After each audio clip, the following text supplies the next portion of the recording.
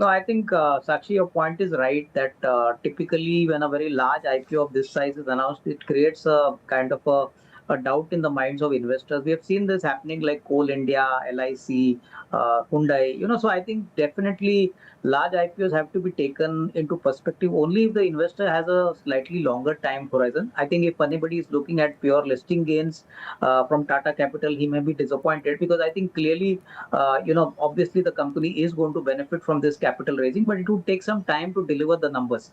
More importantly, on the unlisted kind of pricing which has happened is, I think a lot of people have got stuck up into high-priced unlisted shares, including Tata Capital.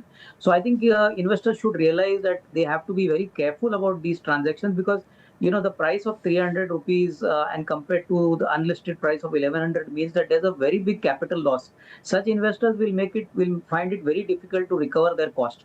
So I think investors should be careful when they do any unlisted trade because this is outside the purview of the regulator, Yeah. and I think we need to be very careful. And of course, at the end of the day, I think it's going to be performance. You mentioned that Tata Technologies also underperform, but hopefully the NBFC market and the financial market is going to flourish considering the kind of appetite for capital, specifically from the consumption related sectors.